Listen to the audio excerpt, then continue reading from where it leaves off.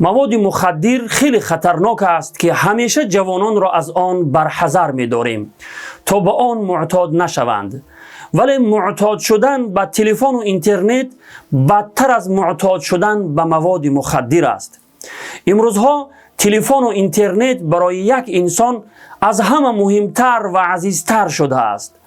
دوستی نزدیک و محرم راز و محبوب قلبها گردیده است. مصیبت آن است که در جمع دوستان و نزدیکان می نشینیم ولی احساس تنهایی می کنیم. هر یک با تلفن خود مشغول در عالم سیر می کند. پدر در نزد فرزندانش، دوستان جانی در کنار هم، حتی زن و شوهر در کنار هم احساس تنهایی می کنند. تلفن و اینترنت چنان از ما آرامش را گرفته است که حتی در وقت طعام خوری هم آرامش نداریم. در یک دست قاشق و در دست دیگر تلفن طعام میخوریم. ساعتهای دراز به تلفن و اینترنت مشغول میشویم و پروایی نداریم که در نزد ما کی نشسته است. از همه بدترش آن است که کودکان 2 ساله و 3 ساله ای که نو زبان کشاده حرف زنی را یاد گرفته اند با تلفن و اینترنت عادت کرده اند.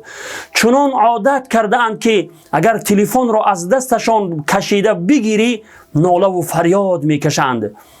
عیب مادران است که به خاطر آرامش خود به کودکانشان تلفن میدهند تا صدایشان نبراید و آرام در کنج بنشینند، ولی بیخبر از آن که با این کارشان عادت و اخلاق کودکانشان را فاسد می کنند.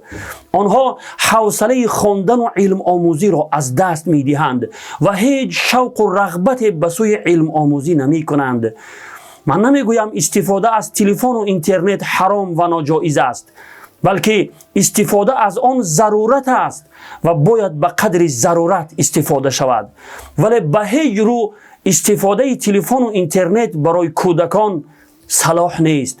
برای آنها زهر قاتل است که روح و روان و اخلاق کودکان را فاسد می کند.